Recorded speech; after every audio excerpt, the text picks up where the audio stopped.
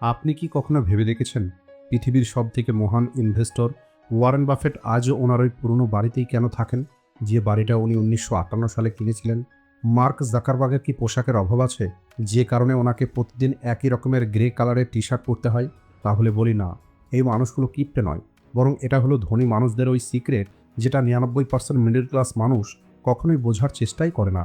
আমরা ছোট থেকেই একটা কথা শুনে বড় হয়েছি, অনেক বেশি টাকা রোজগার করো আর এই পৃথিবীর মানুষকে দেখাও যে তুমি কত বেশি সফল হয়ে গেছো।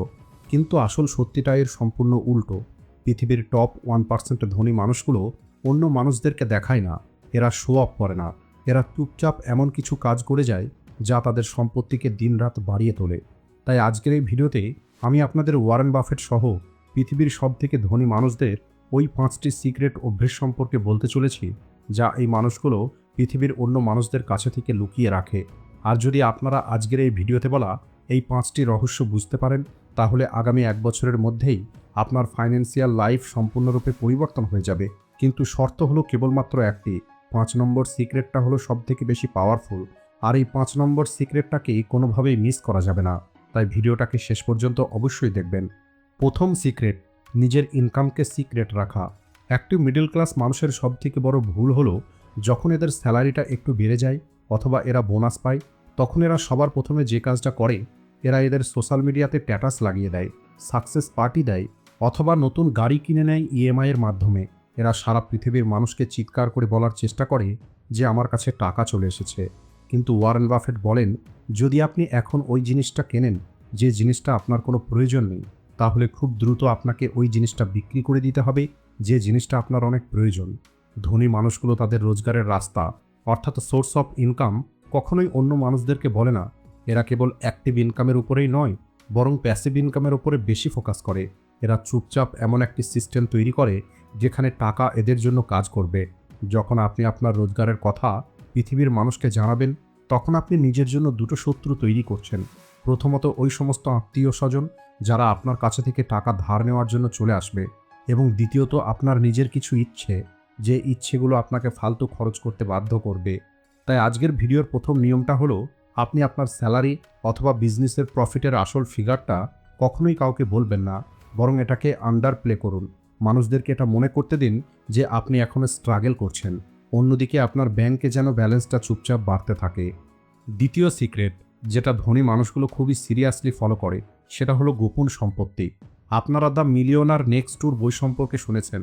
এই বইতে অনেক বড় একটি রিসার্চের কথা বলা হয়েছে, আর ওই রিসার্চে দেখা গেছে আমেরিকার আসল কোটিপতি মানুষ তারা নয় যারা ল্যাম্বরগিনি চালিয়ে রাস্তায় ঘুরে বেড়ায়, বরং আসল কোটিপতি হলো ওই সমস্ত মানুষগুলো যে মানুষগুলো আপনার পাশের বাড়িতেই থাকে, খুবই সাধারণ গাড়ি চালায়, যাদের পোশাকও ব্র্যান্ডের নয়।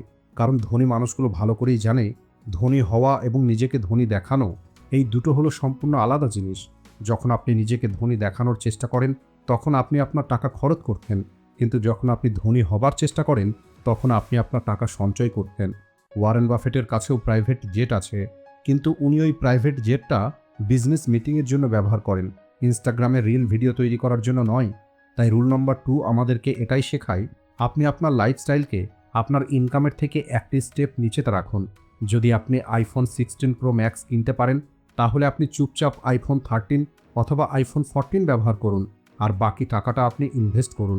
এটাকে বলা হয় ডিলেড গ্র্যাটিফিকেশন, অর্থাৎ মজাকে অল্প একটু সময়ের জন্য ডিলে করা। তৃতীয় সিক্রেট, মিডল ক্লাস মানুষগুলো যখন ইনভেস্ট করে, তখন তাদের এক্সাইটমেন্টের প্রয়োজন হয়, আর এই কারণেই বেশিরভাগ মিডল ক্লাস মানুষ ক্রিপ্টোতে ইনভেস্ট করে, ট্রেডিং করে, অথবা রাতারাতি ধনী হয়ে যাওয়ার মতো কুইক রিচ স্কিমে টাকা ইনভেস্ট করে দেয়।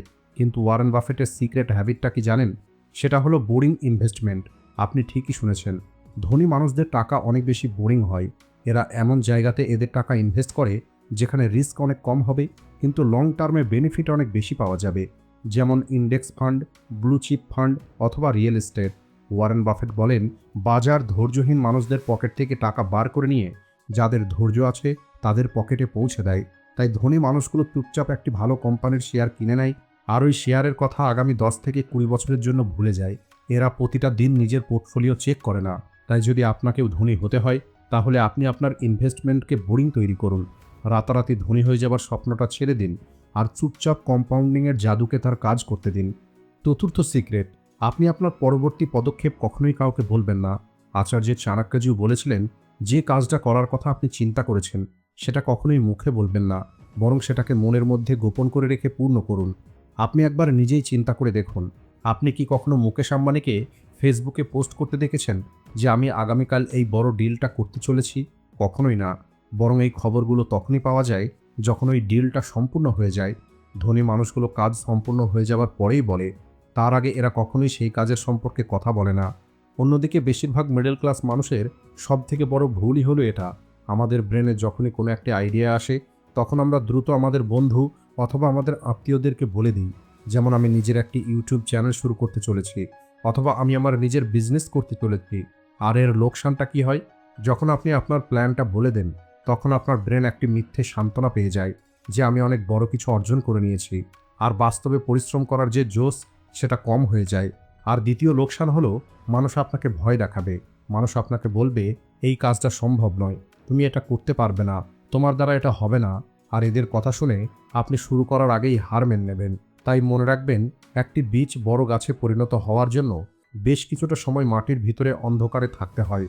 যদি আপনি বারবার ওই বীজটাকে বাইরে বার করে দেখেন তাহলে ওই বীজটা মরে যাবে। আপনার স্বপ্নটাও হলো ওই বীজের মতো। এই পৃথিবীর মানুষের কাছে থেকে ওই বীজটাকে বাঁচিয়ে রাখুন। আপনি আপনার পরিশ্রমটা এতটাই চুপচাপ করুন যেন যেদিন আপনি সফল হবেন সেদিন আপনার সফলতাই সবাইকে জানিয়ে দেবে। আপনি আপনার স্বপ্নকে আপনার এটিএমের পিনের মতো গোপন করে রাখবেন। ৫ নম্বর সিক্রেট, যেটা হলো সবথেকে বেশি গুরুত্বপূর্ণ, নিজের উপরে ইনভেস্ট করা। বেশিরভাগ মানুষের মনে হয় ধনী হবার জন্য কেবলমাত্র শেয়ার মার্কেট অথবা কোনো প্রপার্টিতে অথবা গোল্ডের উপরে ইনভেস্ট করতে হয়, কিন্তু এই কথাটা সত্যি নয়।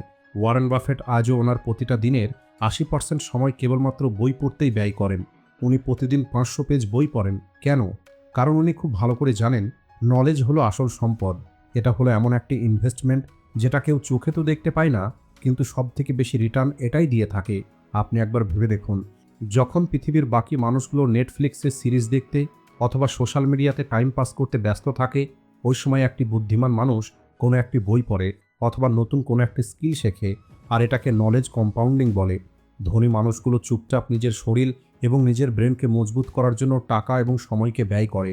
কারণ এই মানুষগুলো জানে, যদি এদের সম্পদ হারিয়ে যায় কিন্তু যদি এদের ব্রেন এদের সঙ্গে থাকে তাহলে এরা পুনরায় জিরো থেকে হিরো হতে পারবে। কিন্তু যদি এদের ব্রেন খালি থাকে তাহলে লটারিতে পাওয়া কোটি টাকাও মুহূর্তের মধ্যেই হারিয়ে যাবে। আর এই কারণেই আজ থেকে আপনি আপনার জীবনে একটি নিয়ম তৈরি করুন, রোজ 30 মিনিট নতুন কিছু না কিছু অবশ্যই শিখবেন। সেটা ফাইন্যান্সের কোনো বই হতে পারে অথবা ভালো কোনো পডকাস্ট হতে পারে। আপনার এই অভ্যেসটাই আপনাকে ভিড়ের থেকে আলাদা তৈরি করবে। তো বন্ধুরা, এই ছিল ওই 5টি অভ্যেস যা ধনী মানুষগুলো অন্য মানুষদের কাছে থেকে গোপন করে রাখে। আর এই 5টি অভ্যেসের মধ্যে কোন অভ্যেসটা আপনার মধ্যে আগে থেকেই আছে সেটা কমেন্ট করে অবশ্যই জানাবেন। ভিডিও ভালো লাগলে ভিডিওটিকে লাইক ও শেয়ার করতে ভুলবেন না। Thanks for watching.